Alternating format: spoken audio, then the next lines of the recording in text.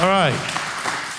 All right, so that completes part 14, and it completes 1 Corinthians. We're not going to be, we just actually finished what we're going to do in Corinthians, well, at least in 1 Corinthians. We might go to 2 Corinthians next, and we'll see. So, this is the Afterburn. If you have a comment or question, you're welcome to come up to the mic. Okay, we got a podium up here. If you're online, you can start typing in your comments and questions, and John will mark those down and read them over the mic. So, all right, Sarah Beth, you can go first. Okay, I've got 2 questions. Hopefully I can word them or you can interpret. Okay, so what you started out by saying is like the good news is to create an expectation of hope for the future.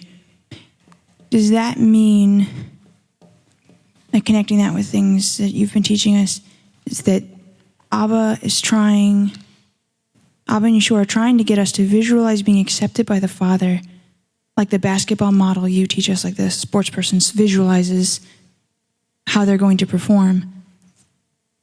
We have to use that same kind of model to visualize being in the kingdom. And if we don't visualize that, or don't visualize being accepted by the Father, how can we get there? Is that correct? Yes.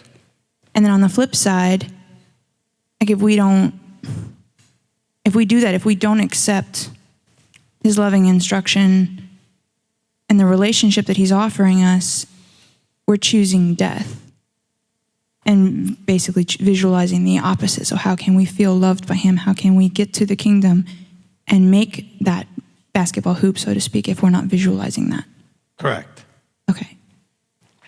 All right, and what she's referring to is I said that, there's the power of the mind where you can rehearse shooting basketball shots, or you could actually physically go out there, do it in your mind or do it physically, and you'll find that the studies have shown that you will improve equally, because your mind doesn't know the difference. But what I think I talked to you about a while back, or somewhere I talked to somebody about, is you cannot be what you cannot see, all right?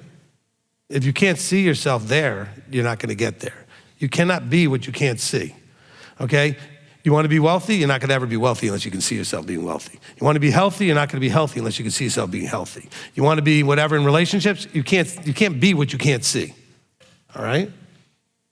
So sometimes the Abba gives me these very kind of cute but simple phrases, okay?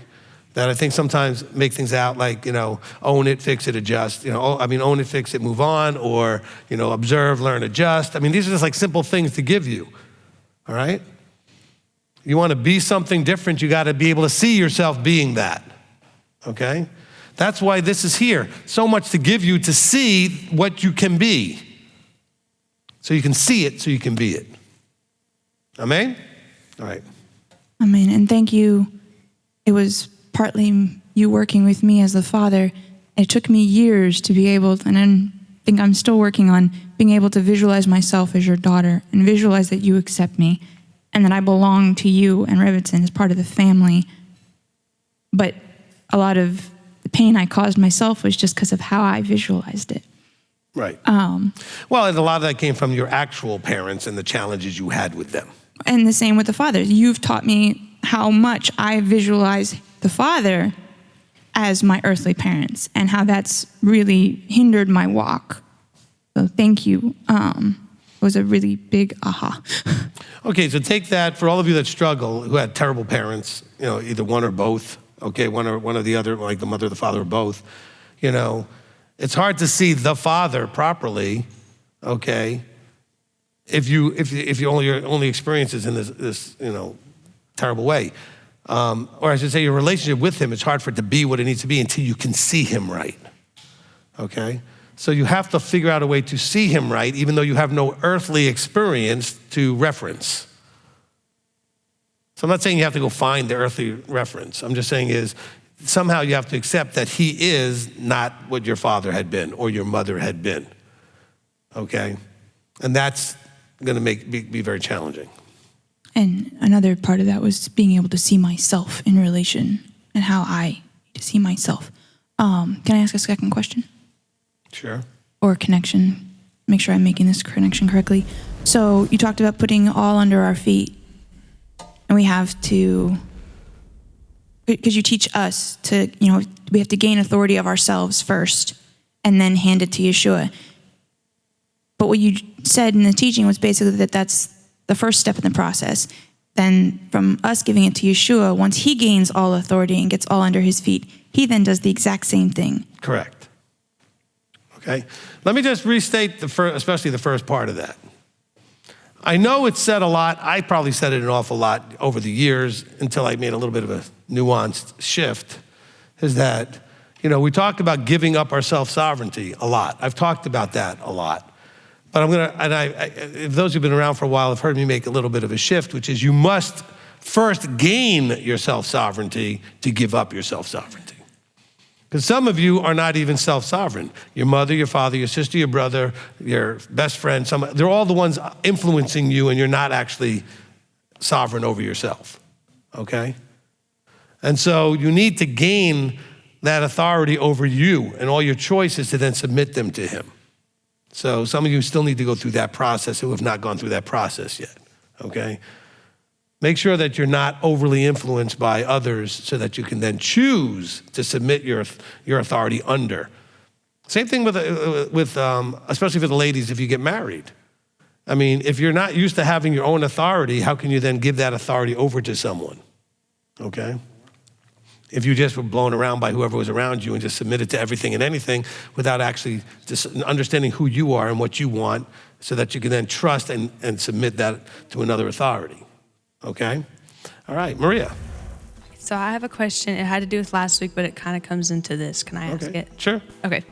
So in 1 Corinthians 14, it talks about spiritual gifts and talking in tongues, which has come very recently this last couple weeks. I feel like it keeps coming up with every person I talk to is speaking in tongues and all this stuff. So spiritual gifts, which is what they say is prophecy, discernment of spirits, which is between good and evil, speaking in tongues, which is an unknown language from an anointed one to God, and then wisdom. But Paul writes, like in 14:1, pursue love and earnestly seek the spiritual gifts, but rather than prophecy. For he who speaks in tongues does not speak to men, but to Elohim, for no one understands, but the Spirit he speaks in secrets. And then he just talks more, like the whole chapter is about speaking in tongues and spiritual gifts. And then even in 14:18, it says, Paul says, I thank my Elohim, I speak with tongues more than all of you. And then you have 14:22 where it says, so then tongues are a sign, not to those who believe, but the unbelievers. And the prophesying is not for unbelievers, but for those who believe. And then 14:39 says, so then, brothers, earnestly seek to prophesy and do not forbid speaking in tongues. And kind of where I was going with this is, okay, the miracle that happened in Acts 2, where everyone was speaking in tongues. And you had said before that it was just a one-time miracle, right? No, I just said it was a hearing miracle. I mean, okay. Right. So then when it talks about him talking about it again in 1 Corinthians, like, it's very real. It's like, people describe it as a very real thing, right? But it could also be with an evil. It could be something evil too, though, but he speaks about it again. So is it right? Like, How do you explain speaking in tongues correctly? Is speaking in tongues real, or is it kind of? Okay, well, first of all, this chapter we did not cover last week or this week. I know. We skipped over this, but anyway, but it's a good question. It has nothing to do with the teaching on the good news, but that's okay. We'll answer your question. It goes right into, like, you know how you say chapters aren't divided? Well, 14 then goes into right 15. That's good true. News, yeah. Okay, so 14 goes into 15. I know you were going to ask this in the zone meeting. That's where you didn't get to ask it. So that's where you're trying to get it in now, which is fine. But I guess how does it relate? Because he brings it right into, now he talks about, I make it known to you the good news. So then he brings it right back into the good news. That's kind of how I was going to put it into that. Okay, so part of the problem is defining the terms, okay? And so when he says spiritual gifts, what is he talking about? When he says tongues, what is he talking about, all right? Now, let's at least go with the essence of what he's saying first. Okay, first thing he's saying is, all right, this is important. He says that prophecy is what he'd really rather see happening, because prophecy is something everybody understands, and it's for the, as it says in verse 3, building and encouragement and comforting to men. Okay? So that's what he first says, all right? Now, the speaking in tongues, if we go with Acts 2, it's a miracle of communication in a language that may not be known by everybody, but is known by some, okay? So it's not necessarily an unknown language, except the way Paul's describing it here. He's saying that not everybody's understanding this. So what's the point in speaking in a language that not everybody's understanding? Okay, now there are opportunities for Paul to go different places and be able to communicate with people in different languages, different dialects, different things. Because in Acts chapter 2, that was the point. It's like, well, aren't these guys all Galileans? But we're hearing it in all these different dialects and these different languages of where we're from. Okay, well, let's at least get to the point. The point is not that we should be speaking in tongues. He says, look, that's not the point. He says, if anything, the tongue-speaking thing is something between you and God. Okay, whatever that means, okay? So let's bear in mind, though, when you said, well, this could be good or bad or evil or this, I don't know enough to say that. Most of the pagan belief systems that you will look into have some sort of babbling tongue sort of thing going on, okay? So this is not an unusual thing. Very common then, still very common now. Okay, that there are those sounds that people make that have no actual words or understanding specifically to them that are being used as part of their worship or part of their communication vertically, all right? Now, he's not the author of confusion, so there is no benefit, and Paul even says that really to some sort of language, tongue thing going on that nobody's understanding, that might need an interpreter. An interpreter, by the way, meaning that actually someone in the room speaks the language. Okay, let's kind of fix that real quick. An interpreter would be somebody, I happen to start speaking, in Chinese right now, where I start speaking in German right now, and somebody in here speaks, it says, let me tell you what he just said, all right? Because they actually speak the language. Okay, now, of course, the people would say here in the verse, where was it? Okay, for no one understands, right? He says, for he's speaking in a tongue that does not speak to men, but to Elohim, for no one understands. Again, is he saying something globally, literally nobody understands it? It's literally gibberish?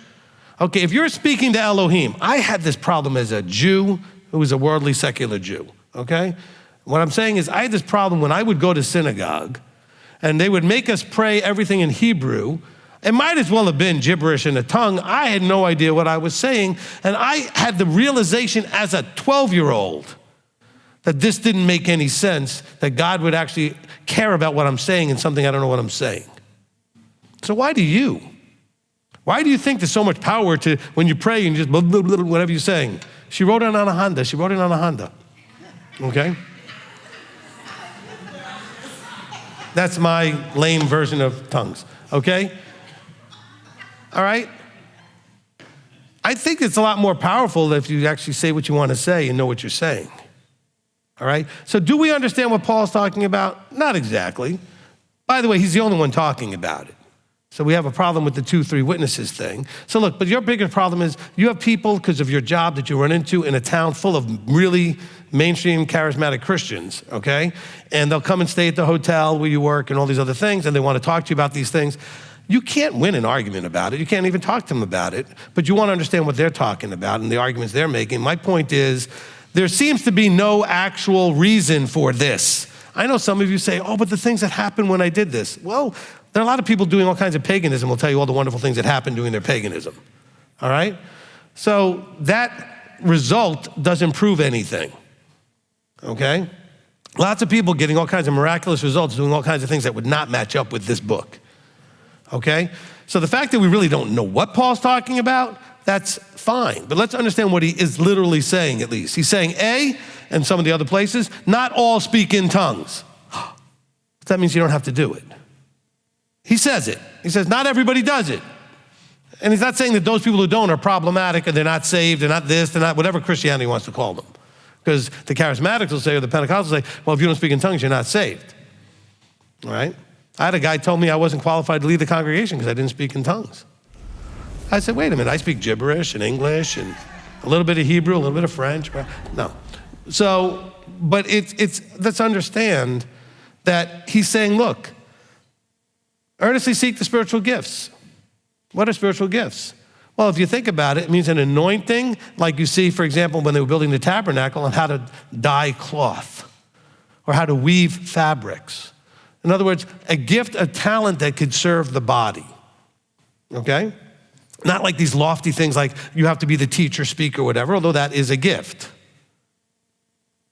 But remember, Paul's dealing with some problem, and he's dealing with the specific ones that they were dealing with, whatever that was. We're only getting half the conversation here. Somebody came to Paul and said, we got this problem going on here with this tongue-speaking thing, and Paul's addressing whatever it is they said. And that's where our challenge is, okay? So I'm a believer that he's not the author of confusion, that he likes us to communicate clear and straight, which, by the way, everybody talking to Yahweh always speaks clear and straight, okay? We might not always understand what they're trying to say because they're dealing with something specific, but it's always in a language that was understood and can get translated into a language we can understand. And so I don't see any scriptural value to this mumbling and jabbering and whatever in a language you don't understand. So what's the point? Oh, but it's the groanings. Then groan. Okay, I've seen children. I remember being a child. There's times where you just can't make sound. You know what you're trying to communicate. And so you're just like, you know. And then you go to the child, what? They're just like, and so you kind of figure out, they're upset. And then you see what's going on. You can figure out, oh, they spilled this, they broke that, they fell down, they got a little scrape. So you can figure it out. And Yahweh knows. But it has nothing to do with blah, blah, blah, blah, blah, whatever you're doing, okay? I'm not trying to mock that. I'm just saying that just doesn't make any sense, okay? There's no scriptural logic to it. There's no real functionality to it, except that emotionally it makes you feel good. Why? Because you've been told and pushed into it from your whole life that it's supposed to make you feel good. So it becomes a comforting thing to do. Well, you know what? It's comforting just like the little kid with his thumb in his mouth. Or you could grow up and actually speak, okay? Because children don't make sense when they mumble and babble because they can't speak. When they learn to put real words to things, we start saying to things, use your words. Anybody ever told a child, use your words? They're reaching out, they want you to go, no, use your words. As an adult, you should be using your words, okay? They want to almost make it into some sort of a magical event because you have this magical language of the angels. Every angel messenger interacting with anybody in here spoke their language, right? Whatever that language was, they spoke their language. Okay, did that help? So I guess like as you're anointed to interpret scripture, are there people out there that, and it's not something we should focus on, but are there people out there that, like, is it something where it'd be like, oh, I don't believe in speaking in tongues at all? I don't think there's anybody anointed to understand the gibberish. Okay? Okay. Now wait, I'm gonna tell you a couple of stories that were told to me. You can believe them or not, okay? But I have a friend who's Russian, okay? And he was part of the really big churches up in Nashville, where all the big famous Christian singers go and all that kind of stuff.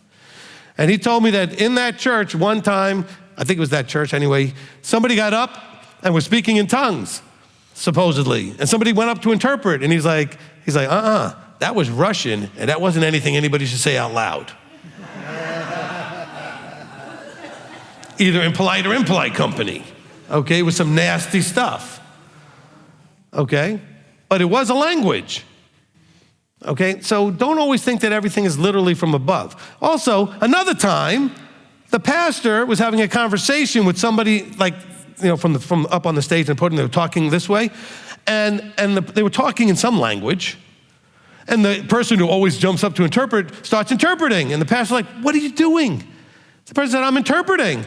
He says, what are you interpreting? He says, well, you're speaking in tongues. He says, no, I'm speaking, I used to be a missionary in Papua New Guinea. We're speaking that language. He was there where I worked.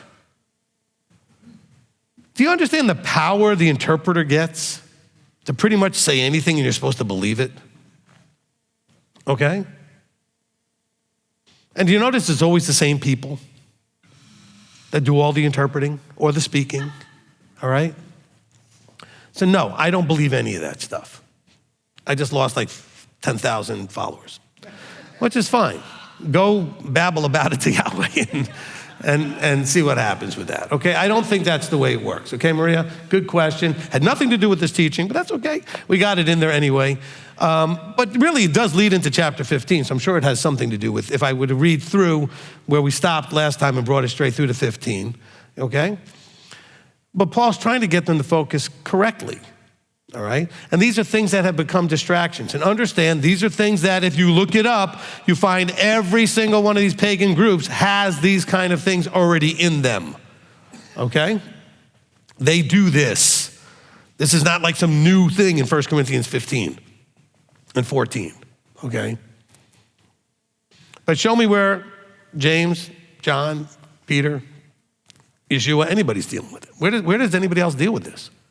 Where's your second witness? Don't go take me to another place with Paul, okay?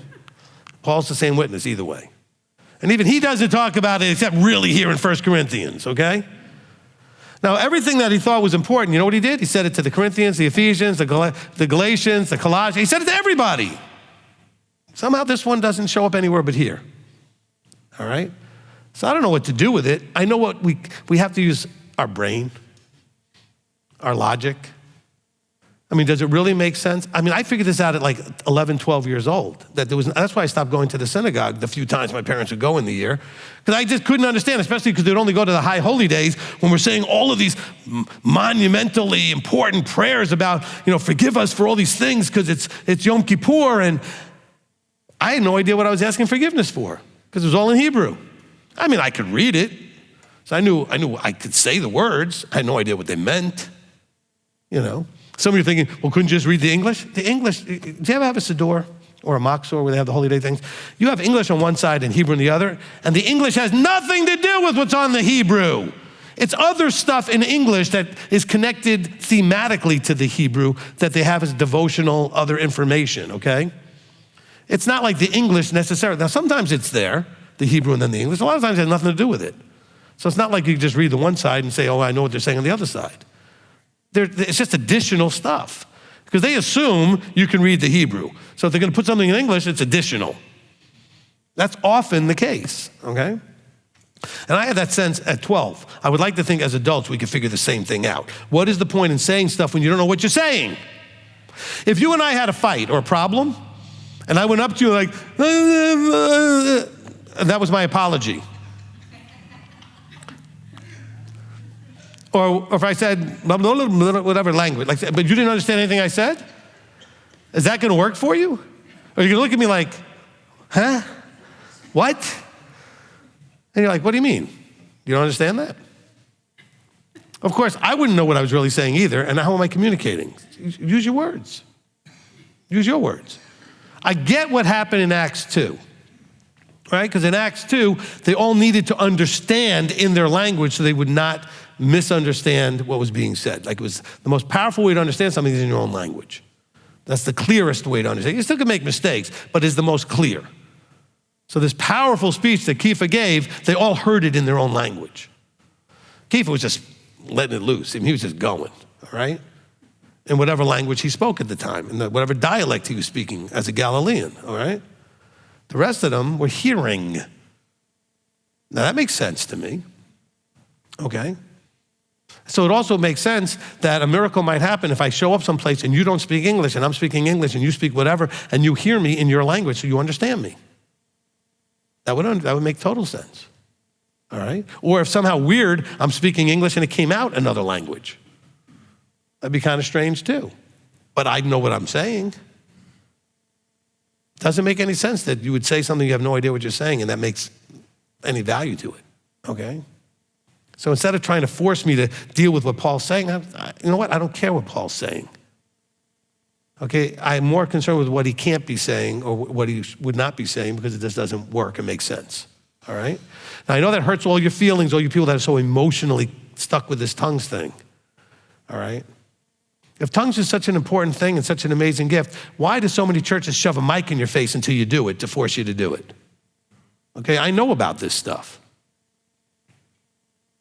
I mean, if it just naturally happens. But then, of course, I get the one person who says, oh, I just naturally started doing it. Fine, that's you, okay? I don't know where that came from, Okay, I'm not necessarily against it. I don't see the value of it. Of course, you can say, well, that's because you don't do it, so you don't know. All right, believe that, that's fine. You might be right. Maybe I just don't get it because I don't do it. But in the meantime, think about the logic of the whole thing or the illogic of it, okay? And see what makes sense. And maybe one day I'll do a teaching on it. I know Rabbi Tom has already done a teaching on it and whatever. Maybe I'll do a teaching on it just to cover it. But I already said pretty much everything I want to say. I'm not going to sit here and try to parse out and explain what Paul's trying to say. I'm not Paul. I don't know what the audience was all about and what the issue really was. Okay, so I gave you the most I can give you with that. But just to understand, this is not something unique to this. It's not a spiritual gift. Every pagan system does these things, okay? How about love, joy, peace, patience? Those are spiritual gifts. When you can have them under the adverse conditions that make it hard to have them, okay? All right, Janet. Thank you. One more thing. So spiritual gifts, you hear me teach. My ability to teach is a spiritual gift. You hear my daughter sing? That's a spiritual gift. So that she can praise him the way she does and write the songs the way she does. I mean, the people that do the things that they do with the talent that they do, those are gifts. You know what Marty does with the videos to put all the stuff together so everything looks the way it does and gets out there that's a spiritual gift. The way Elder helps run and keep things going administratively in this place and does the thing, that's a spiritual gift. All right? Okay, Rebbitzin, certainly with the m.t.o.i program, the youth program. In other words, these are things that from above have an anointing to do them in a level that's gifting and blessing the body in general, which is what Paul talks about, is the idea of prophesying of things that build up the assembly, that are to the benefit of the assembly, okay? Anyway, Janet. Rabbi, thank you for the teaching, but also for answering thoroughly. Thank you for counseling yesterday. Thank you for all what you do for us and really put it in your life for us, Rabbi. Thank you. So my question is,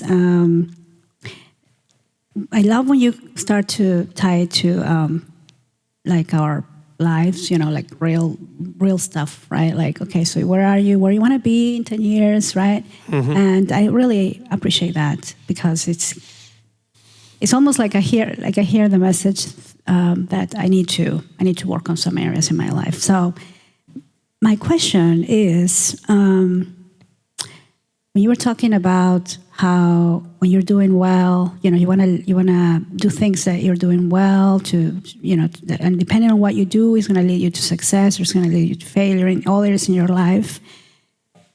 I know that we should recognize what we're doing well in our walk, not just in our life, but in our spiritual walk. But how do you find the balance to not feel like you're being arrogant because you think that you're, okay, I'm doing this so well, and I stay humble because that's supposed to be his purpose for us, right? He's supposed to humble us in this walk. So I always struggle a little bit with that. Like, how do you can still recognize, like, you're working hard, you're doing the best you can. Of course, you fail and you repent and you keep, go back to the path, but can you help me with that question? Thank you. All right. So arrogance, and what you're talking about, being worried about here, is be careful you think you stand lest you fall. In other words, if you think you've arrived and you're all strutting around like, I've arrived, okay? Nothing wrong with being proud of and feeling good about your progress and your accomplishments in moving up in whatever area. Like, you keep making these upward moves, right? And you should feel good about yourself making the effort and making the move. It's when you get to a point where you're like, look at me, I've arrived, okay? Or look at me, I'm better than you because I've arrived. No, first of all, you are never going to arrive in this fleshly body. There's always higher to go. There's always things you can fix, improve, okay, improve upon, etc. So you should have that good, proper self-esteem where you respect and honor the effort you put in and that you've accomplished something. There's nothing wrong with that. And don't. Some people are like, well, I don't want to say anything to so-and-so because I don't want to give them a big head. If they get a big head or not, shouldn't affect whether or not you should give them praise for their accomplishment.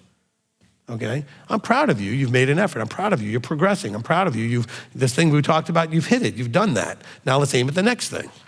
Okay? And so that's part of it. The other part of it is if you get to that place and now you're looking down at others. Okay, so one is thinking you've arrived, and the other is now you're looking down at others because you think, look at me, look what I've done. Okay, that's completely different than feeling good about what you've done and being proud of yourself because you know where you were and you know what it took to get where you are. Okay, you were here and you put in all this effort to get here. Okay, I'm proud of myself. I did more than I thought. I ended up someplace I wasn't really believing I could get. Then all of a sudden I said, I'm gonna do it. I believe I'm gonna do it. And now you've built some confidence in there because you did it. Okay? You know, maybe you wanna be wealthy someday, whatever wealthy looks like to you. It could be anything. But the first step might be to get out of debt. All right, so guess what? One day you realize you're out of debt. Feel good about that. Be proud of yourself. You did that, okay? It didn't just miraculously happen. You did that. But you're not done. That was just step one, okay? You know, we talk to people financially about you want to get yourself out of debt. You want to make sure that you have your budget. You want to make sure you got your $1,000 emergency fund. You know, all these things that you want to do as steps towards that financial success, right? Well, if that's something that you need to do, well, guess what? Maybe one day you finally do make that budget. Feel good about that. Especially if you put it off for a long time and you finally got it done. Then one day you realize you got your $1,000 for your emergency fund.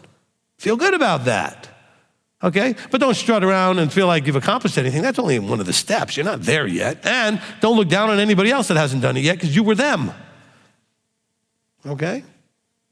But maybe look over and say, hey, I struggled too. I can give you some encouragement how I overcame that and got it done. That would be my answer to your point or your question. Your issue. Very good. Thank you. Okay. Yes, thank you. That was very good.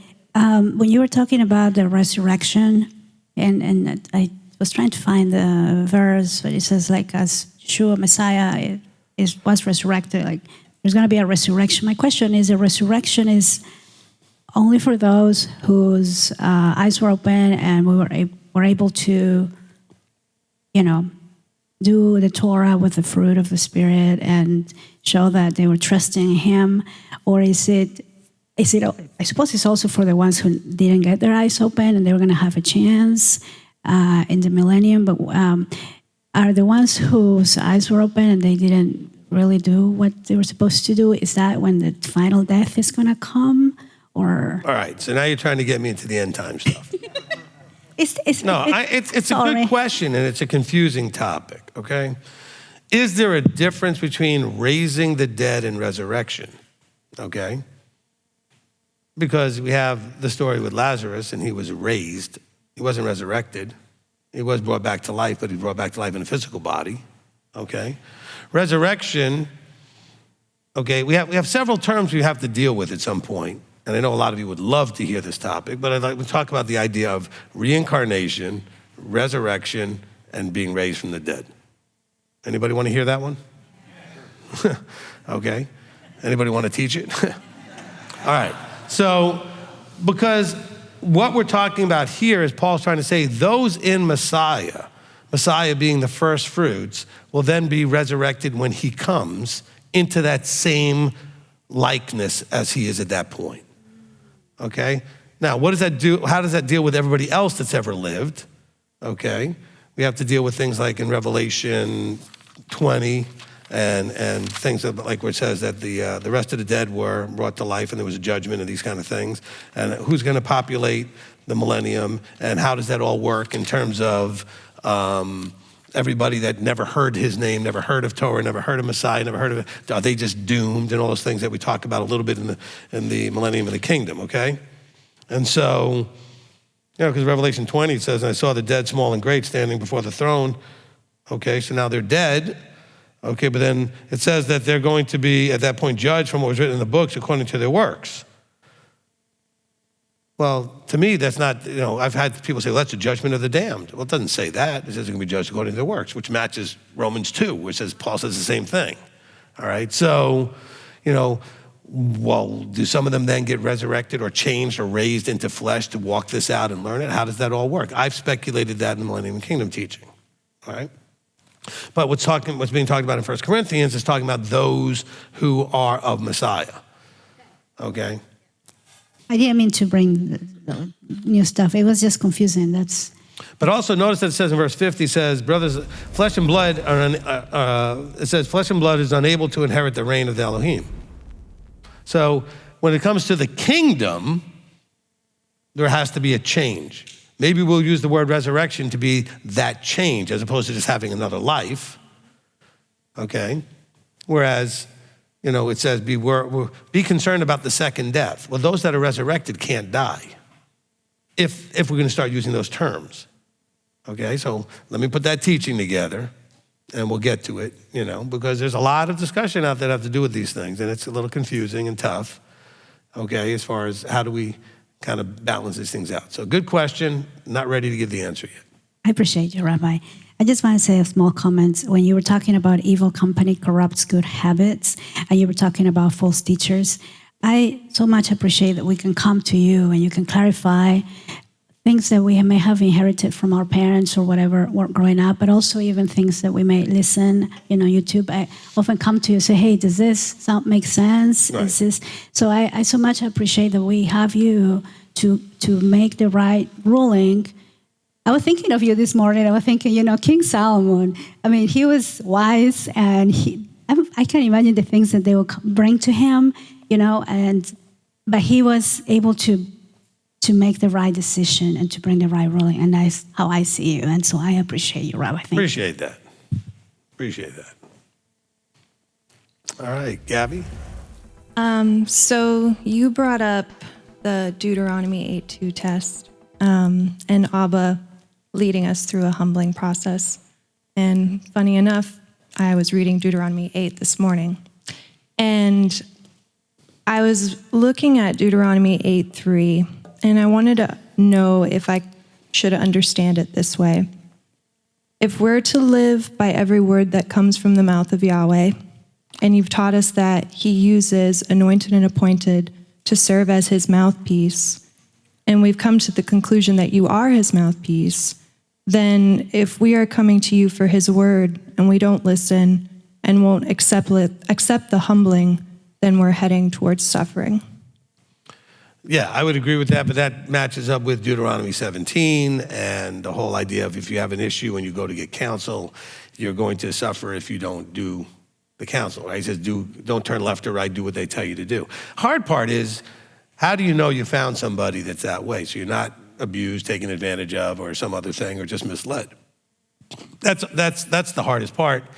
I can claim to be anything, that doesn't make me anything, okay? You have to prayerfully taste of what's going on here and think, is this actually an anointed person, Ephesians 4:11, or not? Just because other people get up here and say it doesn't make it true. You have your own journey to do and that kind of thing. It'd be nice if there was some overtly obvious thing that was like, oh, this is an anointed appointed, whatever, But that's, you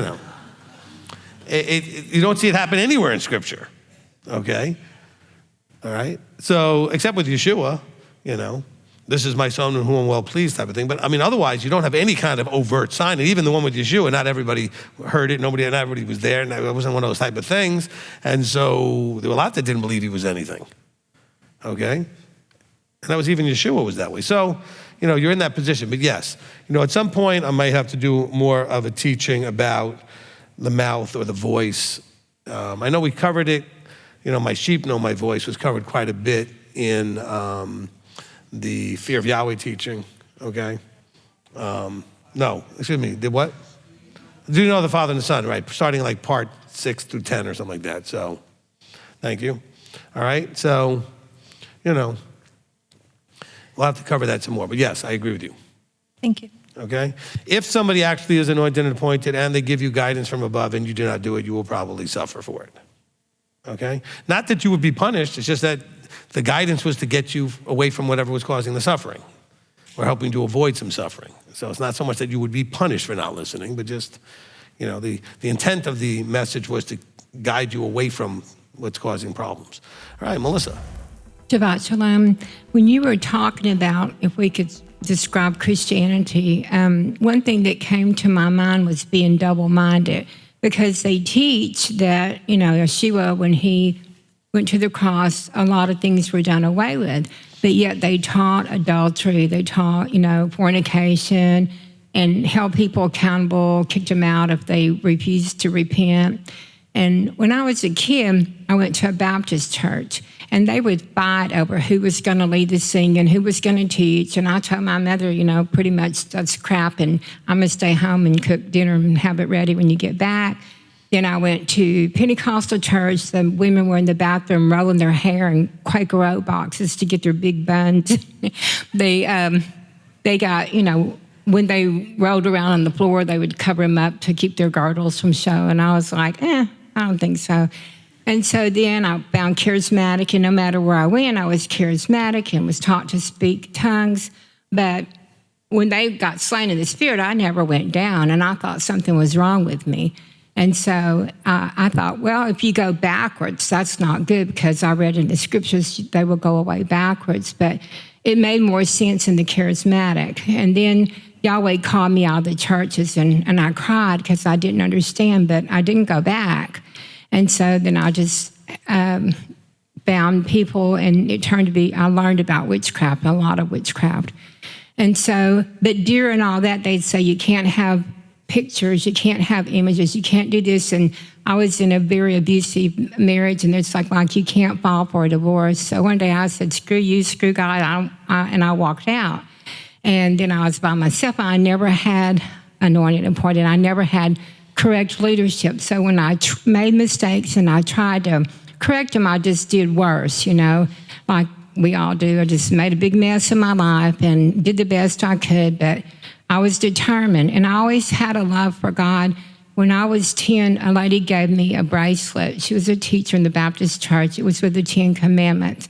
And somehow that always stuck with me.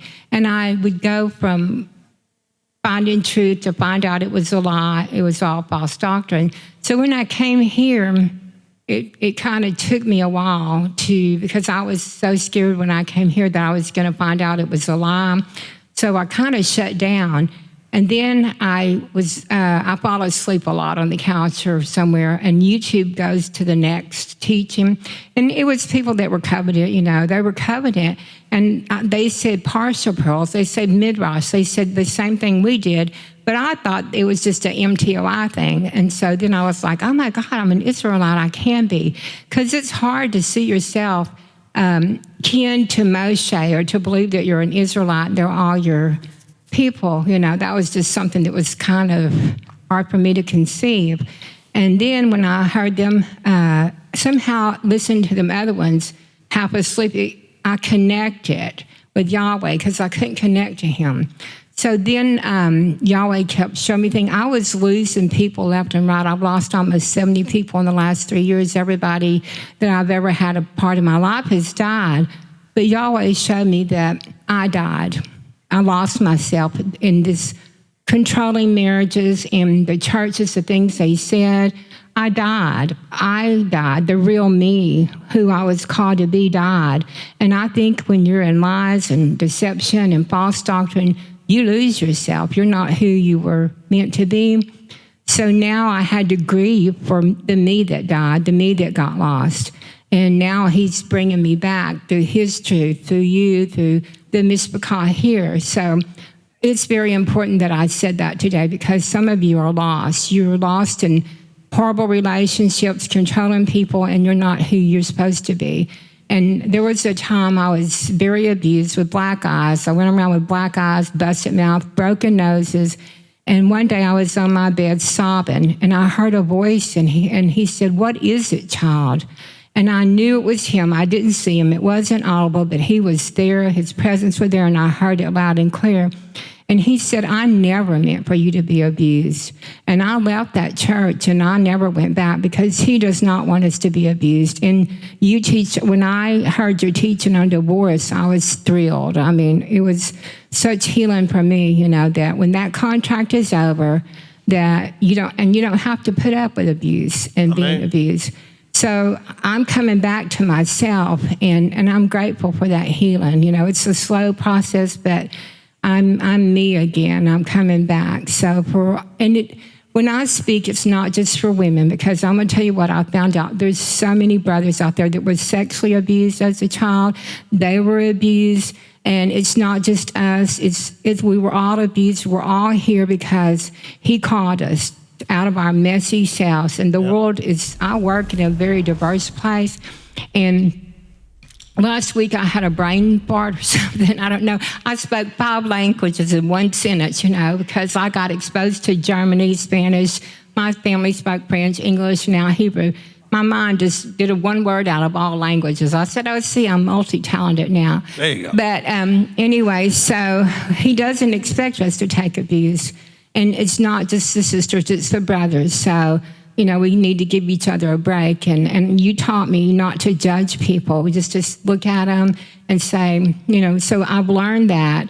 And sometimes I have a slip of the tongue, so, But thank you so much for teaching the truth. And the only reason I can relate to you is because you're red. I can't relate to people that go around in circles and pussyfoot around. And I'm like, what the hell are you saying? I don't know what you mean. So you're just straightforward. So that's how come I can relate to you. And I thank you for that. Amen. Thank you, Melissa. You reminded me, I had these 2 sisters that I was friends with back in college, and one time they were having a fight, whatever the fight was, but they spoke like 4 or 5 languages, and whatever words came out of their mouth were a combination of whatever word said what they wanted to say from whichever one of the 4 or 5 languages. So you could have 3 or 4 languages in the same sentence, because that's just the way they talked, and especially if the words were the foul words and they felt like one was better, whatever. But I was like, wait a minute, that sounded like French. Wait, that's Moroccan. No, that's Hebrew. No, that's English. And that, I was like, oh my gosh, what are they speaking, But they were in the same sentence a lot of times, 2, 3 different languages, yeah. All right, Micah. Hey, Shabbat Shalom, brother. Rabbi. And Shabbat Shalom, Elder Billy. I want to say that to you. I know you're watching. Miss you today. And Miss Micah, Shabbat Shalom. I do have a couple of points I want to just bring out. And then we love the teaching, the good news, because like you said, a lot of the false doctrine out there about the good news is just that he was dead and risen again on the 3rd day. And they don't equate all the extra knowledge and words that you have been adding to this. This is the 15th part? 14th. 14th, but there's going to be a 15th as well. Yeah, see, it's very, very knowledgeable and in-depth. And thank God that you're anointed to give us such a in-depth look into this topic. But the verse I was looking at was chapter 15, verse 2. It says, through which also you are being saved. And I know you pointed at that as well, that we are being saved. Like, in the so-called Christian church, they'll say, once saved, always saved. There's nothing you can do that plucked me out of his hand. They have all these different coffee cup slogans that they'll tell you, and then they'll let you be in fornication, idolatry, paganism, witchcraft, all these different things that they try to promote in their congregations, and they'll mislead you and misguide you. But coming here, you're telling me that we have to continue to be saved.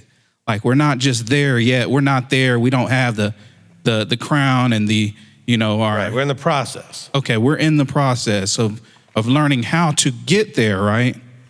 That's where we're trying to get. Well, no, but you're also being delivered in stages. I mean, when you're delivered out of your ignorance about Shabbat, that was a deliverance to realize, oh, I now know about Shabbat. And you had delivered out of, not understanding other things as far as like the relevance of Torah and the significance of other things. So deliverance is not always out of like a physical space, although some of you have been delivered out of bad lifestyles and physical spaces that were dangerous and that kind of thing. So some of these deliverances are sort of more already happened, but it's not like saved is a status. That's the problem that I teach in the Are You Saved teaching. It's not a status. I'm saved. I was saved in whatever year, blah, blah, blah. No, you came to a knowledge of understanding where you were delivered out of a certain level of ignorance, okay, at that moment, whenever it was that had happened, and now you're starting on a different path or a different trajectory we talked about than you were on before. Okay, so there's a lot of thoughts come to my mind when we're talking about this. because there's a at the end of my mother goes to this congregation, and they have this prayer. They say, I'm saved, I'm safe. And so I'm struggling with that, because if you're saved and you're safe, why are you even saying that? You know, you've already won. You know, it's over. The battle's won. Right. You won. You're there, but you're not. You're still here where there's sin. All these different things, strife, sedition, witchcraft. All these numbers of different things that come to try to attack you and try to pull you back. You see, I hear a lot of people getting pulled backwards, that they go backwards, like they turn around, like, when the Lot's wife did, when she turned around, became that pillar of salt. She turned around because, I don't know why she did that, but we have that example that we are not, he didn't want us to look, he don't want us to turn back, right? Right. Okay, because we could ultimately lose what we have gained, right? Right. Okay, so I just wanted to get clarification on that, because, I myself, I could fall back and then I would be a pillar of salt. I'd be, like you said in the scripture here, it was falling asleep. The other point was I fall asleep and you perish. Right. So we could still fall again and perish, but if we stay on our course, or if we make a mistake, we get up and get back on the course. I mean, the whole point is that we make mistakes, but what do we do once we make the mistake? Do we longingly want to go back someplace else, or do we go in some sideways direction, or do we get up, repent, and then get back on the path? Right. Well, that's pretty much all I wanted to say. And then Good. You said they speak Chinese. It's Mandarin, right? They speak Mandarin in China? Well, Mandarin is the main language, from what I understand. Okay. But of course, they speak the amount of dialects and things there. Of course, Cantonese and Mandarin, the two main things, from what I understand. But still, that's a big country with a lot of people. They speak a lot of stuff. Depending on where you live, you may not understand the other person so clearly, even though it's the same language. It's like getting a New Yorker to speak Mississippi. It's just not speaking the same language, All right. All right. Mr. Ken Bishop. Thank you, Rabbi. This is a question that I have, and appreciate your teaching. But I had this question that became more important when you brought up when Janet was here about verse 50, and that was right where my question was. But I'll just briefly say that 51 is what succinctly, when it says in 51, see, I speak a secret to you, we shall not all sleep, which in the context of this teaching, sleep had kind of to do with, we're all going to die, which is sleep, but we will not have the second death. So I was confused by the way it's written, we shall not all sleep, but we shall all be changed. So the ones that were changed were really the ones who would have cherished to become holy and follow. I'm getting sidetracked. Look. Let me just say, I needed to read it this way. What about we shall not all sleep,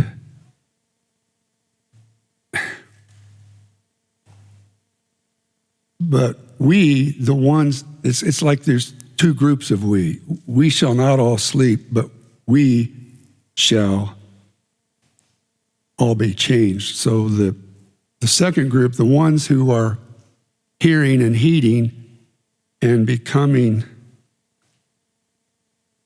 Let me explain it. Yeah, okay. Let me let you. I think I know where you're going. So let me at least. Because I sort of want to tie this into. Look. Okay, go ahead. There are three groups being described here. Two that are being discussed, one that's not, so we have to get rid of the one, all right? This is not talking about those that will not be in the resurrection into incorruptible. This is only talking about the groups that will be in the kingdom, all right? That's the discussion here. So that's the we, okay? So he's saying we shall not all sleep. So that means some of us will not actually die and go to sleep, Some of us will be changed in a twinkling, okay? Then it says, and the dead, okay, shall be raised incorruptible, and we shall be changed. Okay, so there are those that will have died that will be brought to life and changed, and those of us that are alive that will be then changed. So when he says we should not all sleep, because at some point there's nobody else sleeping. The ones who are sleeping are either going to end up perishing, or the ones that are sleeping are going to end up changed into the incorruptible. But he's not talking to the group that doesn't make it. At this point, he's talking to the group that does make it. And he's saying it that way, right? So you have two within that group, those that are alive and will be changed, and there's other places where he says those that are alive will be changed, and then those that had died in Messiah will then be resurrected. So it's the same idea. So those that would be alive during the millennium, they will not sleep. Those are the ones that will not sleep. Right. Okay. So it wouldn't be in current time. It would be in. Well, it could be in current time. I mean, when he shows up, people are going to be alive, and some of those people that are alive are going to be ready to be changed into that incorruptible. I would guess. And so they are not going to actually have to die first, although I'm not sure that being changed from this into that is not kind of a death, a quick transitional death, but the flesh is going to be changed into the incorruptible. All right? Okay. Well, then that sort of rules out what I was trying to make as an explanation when he says, like in Luke 15, do you think that I came to bring peace, not peace, but division? So like Yeshua himself, not going to Revelation, but Yeshua himself said, I came here to create division. Right. You choose, and the division is you're either in or you're out. But that wouldn't really apply. That's not what he's talking about. That's not really, Yeah, okay. no. Okay. No. Good, thank you. Yeah, and I picture it looking like every anime superhero cartoon. You know, we're going to float up in the air and lights are going to spark, and then we're going to change from this flesh into corrupt. No, I'm kidding. That's when they then change into whatever the superhero thing is. You know, it's always like somehow they float up in the air and, you know. Anyway, that was a joke. All right, John, live stream. All right, from Rachel E. In verses 36 to 38, the work on earth and the effort we put forth is what we sow after our earthly body dies. Is this what it means by verse 35? Okay, how are the days read up, and with what body do they come? No, I mean, they're trying to understand things from again, this is where we need to talk about raising the dead, reincarnation, and resurrection, because they're asking, okay, if what you're saying is happening, what body are they going to be in? Okay, and he's trying to say, not the one you're thinking about. Okay, that's going to be a completely different body. Okay? Because remember, the people at the time believed in reincarnation. They also believed in, well, some of them believed in resurrection. Some of them believed in reincarnation. Some of them believed in lots of different things. Okay? I mean, in the case of Lazarus, he's still Lazarus. Okay? You have a couple of places where somebody was dead and then they were made alive, and they were still the same person. Okay? And then there's other cases where people are saying, well, who people say I am? Well, some say you're Elijah, some say you're John, some say you're this. Well, that would be reincarnation in a different looking body, right? And so resurrection apparently has a completely different body, an incorruptible body. So that's where we kind of have to play this through. And the Bible doesn't overtly explain all this. I'm going to have to extrapolate out certain things based on what people say, okay? And we'll play that out. And I already have an understanding. I just have to be able to make the case and argument for what I understand from the verses in sort of a formal, organized way, all right? So I don't want you to think, well, I don't know anything about this and I'm just going to go research it and stuff. I have been thinking about studying this to some degree for a very long time, figuring out how I would want to explain this to somebody and then put it together, okay? Because it's an important issue, okay? Especially when you read sections like this and you get these questions. But the question is here, well, if this is the case, what body do they get? Do they get the body of the person they were before? Do they get a new body? How does that work? The body's been in the ground. It's not really pretty anymore, you know, okay? And so that's where the question is more, hopefully, okay? So Rachel says, the work on earth and the effort we put forth is what we sow after our earthly body dies. Well, it's what we sow while our earthly body's alive, okay? And so after our earthly body dies, then we will, whatever we had sown, we will reap in terms of whatever the next step is based on what you've sown, okay?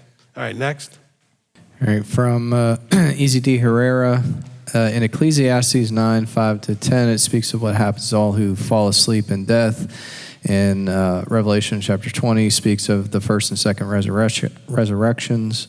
Messiah's death makes the resurrections possible. Yes. I mean, I'm not going to look Ecclesiastes up right this second, but I know what it says in Revelation, etc. Yes, it does talk about more than one resurrection. And yes, the main point is Messiah's death and resurrection makes everything else possible. Not his death. The whole package, right? His death, burial, and resurrection is what makes everything possible. All right, next. From Ashley Williams, in 15:2, holding fast remind me of Yeshua's teachings to the disciples to stay in his words in John 15. Can we make that correlation between the two? Yes. Next. We're trying to get through. It's already almost 5:30. All right, from Olivia Dirth, Rabbi, can we be our own evil company, which can corrupt our own good habits? Sure. No, I mean, think about it, all right? Think about it. There's more than one aspect to you, okay? There's the you that's really you. There's sort of this other part of you that's that fleshly part that just wants to do all these things that are of the flesh. And so, depending on how much time you spend with the wrong part of you, I guess you could be an evil company corrupting yourself, okay? There's a part of you that's connected to him, okay? Where do you spend your time even in your own head? Okay, so you could be evil company yourself. But look, if I'm spending time with you, right? We're hanging out, and you're spewing a whole bunch of junk and stuff that could be evil company, that could affect me. Well, what if I'm by myself and there's a part of me that's doing the same thing? Spewing all kinds of junk that's evil and whatever that's going to cause me harm and suffering and all this other misery stuff. Well, that's where you have to get a hold of yourself. So yes, I believe that's probably possible. All right, anything else? Yeah, we've got several more. If you want to keep going. Yeah, well, we've got a couple of minutes here. All right. Go ahead. From Monica De Leon, to change mindsets, what you believe, if you see it, you will do, and then you become, right? Believe in him, seeing it, doing Torah, and then you become. Am I right? Yes. That was easy. Next. One word answers. All right, another one from Olivia. In 1 Corinthians 15:56, the Torah gives sin power because it gives it a consequence, death. Consequence implies it has an authority, aka power. Does this work, Rabbi?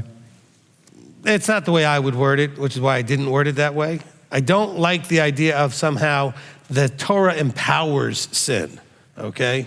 It is the force that establishes that sin leads to death. Okay? It's the authority that says sin causes death. So I purposely didn't word it that way, Olivia, sorry, but,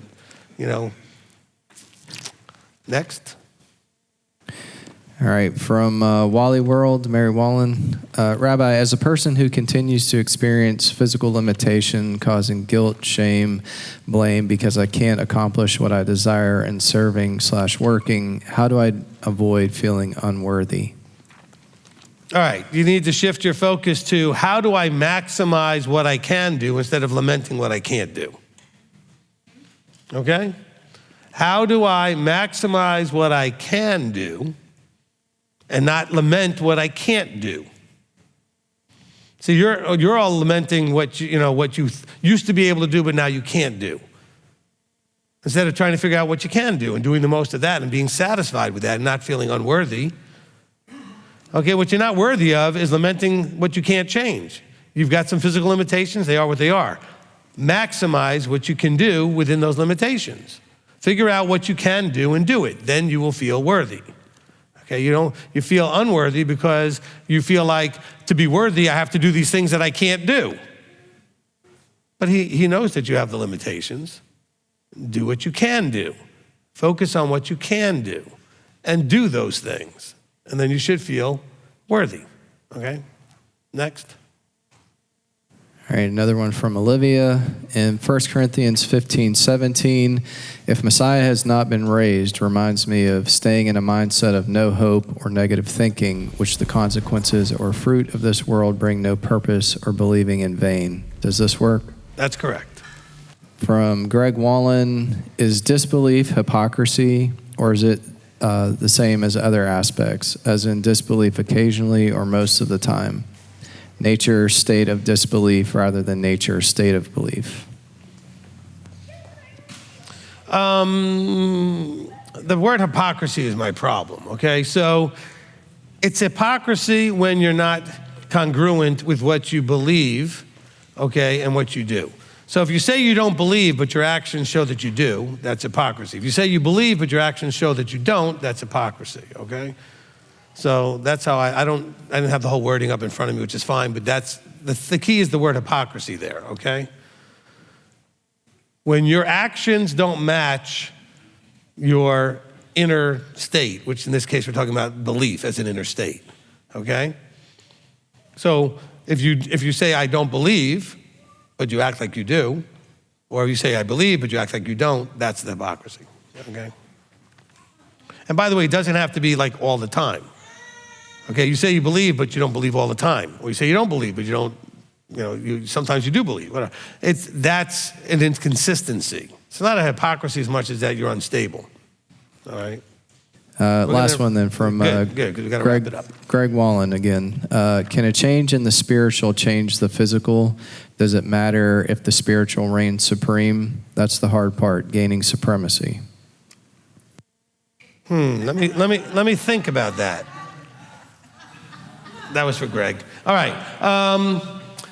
Can a change in the spiritual change the physical? Yes. All right. What does it matter? By the way, change in the physical can also change the spiritual. What you do changes how you feel, and how you feel also changes how you do. It can go in either direction, okay? But does it matter if the spiritual reigns supreme? Well, the spiritual has to reign supreme because remember, it's either the above or the below, the spiritual or the flesh, okay, the heavenly or the earthly.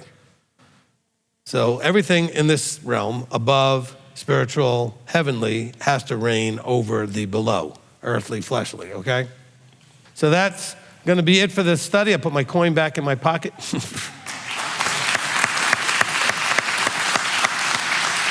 And if none of you understands the whole point about the coin, go watch the video called The Legend of the Coin, okay? And it's a little humorous video, but it also teaches you a little bit about Pidyon Haben and that kind of thing. All right.